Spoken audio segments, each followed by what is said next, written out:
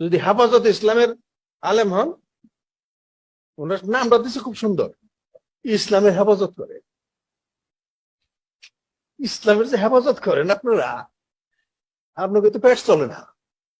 সমাজের লোকদের ঘুষখোর, সুদখোর, সন্ত্রাসী, জবরদখলদার, এদের দান দক্ষিণা ছাড়া আপনাদের পেট চলবে না। যতই পাশ করে পাঠাবেন হাসপাতাল থেকে মুক্তি বানাইয়া, তাহলে কি করে খাবো ভাই? এদের কোন জায়গা আছে যে জায়গায় কাজ করে খাবো? এরা না নিচে কাজ করতে পারবো? রিক্সা চালাই খাবো পারবো না? ওটা শিখে নেই যে মাথায় বুঝালে ব্যবসা করবো, এটা তাতে মান সম্মানের ব্যাপার, পাগড়িতে পড়াই দিছে, ওরা পারবো না। যদি বড় কাম দেই, চান আপনাকে জজ কোর্টের জজ বানাই দিলাম, বিচারক, পারবো না? উনি আইনের দ্বারা ধরা কিছু পড়ো না, পারবো? ওনার দিমুকুন যাবে শেষ পর্যন্ত। উনি নিজের এই বাইসা লিব যে কি করবা, হয় এতিমখানা দাও, এতিমখানা আমার টাকা পয়সা সমাজ থেকে সাহায্য উঠাও, ওগুলি বাগযোগ করে খাও। অথবা মসজিদের ইমাম সাহেব যদি পুরান মসজিদ থাকে, ওই ইমামের দুর্নাম টুর্নাম করিয়া খেতে দিয়ে ধাক্কা দিয়ে তুমি ঢুকো।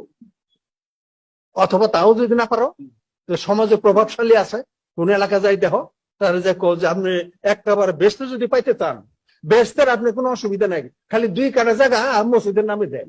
এই মসজিদ যতদিন থাকবো, আপনার মরার পরও সব খালি যাইতেই থাকবো ব্যক্তি বুঝে। আপনি বেসতে যাবেন না, বেসতে যাবো কারা? এটা বুঝাইছো যে কোন রকমের 2 কাটা জায়গা নেই মসজিদ বহাবেন, বসাইয়া এখানে একটা দান বাক্স দিবেন, বই লয়ে পাঠাই দিবেন জায়গায় জায়গায়। দান করে বই বুঝেন না, ছাপাই নিব। আমরা একবার নদী পাড়ি দিতেছিলাম, প্রোগ্রাম করে আসতেছিলাম হারিচা থেকে, মানে পদ্মা নদীর ভিতরে খুলে দিছি গাড়ির বাতাস পাস করতে। ওখানে একজন আইছে, এরম বইলে দেন কি মসজিদের জন্য। কোথায় মসজিদ? নদীর মাঝখানে মসজিদ কোথায়? না নদীর মাঝখানে, কোথায়? ওই হেই সিরাজগঞ্জ না কোন জায়গায় কথা করবে। আমি কই আপনার গহিনী মানুষ নাই, এ নেছেন কে? মসজিদে ভালো কথা হনি করবেন, ওখানে আইছি, এখন কি করুন দেন। তা আমরা তো আশা করি, দেই না। উনি টের পাইছে যে আমরা দিব না। ওখানে কয়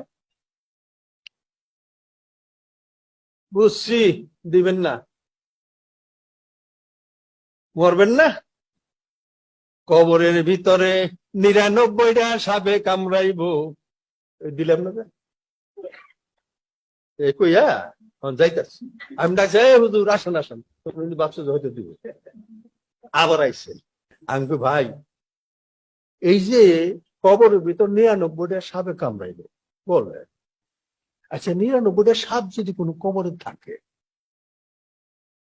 ছোটই হোক বড়ই হোক, এই সাপে কি ডিম ডুম পারে না? পারে।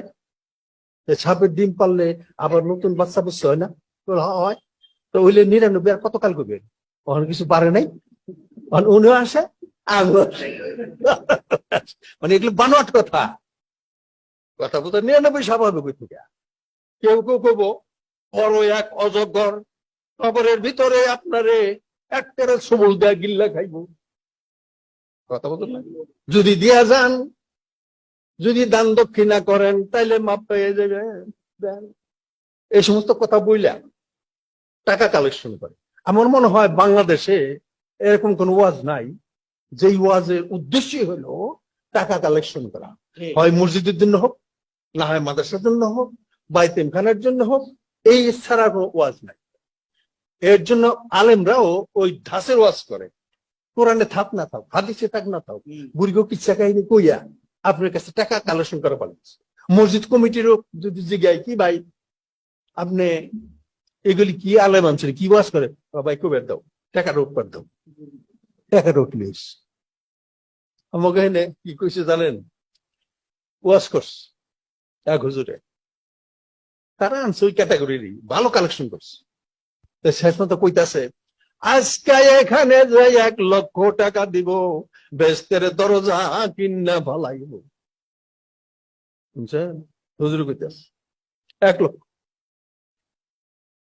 তো উনি 30 বছর 35 বছর পর্যন্ত কোরআন হাদিস পড়িয়া যখন এতটুকু দেখে নাই যে বেস্তের মালিক আল্লাহ, আমি কেন 1 লক্ষ টাকায় দরজা বেশি, বেস্তের দরজা, এটা তখন উনি দেখে নাই।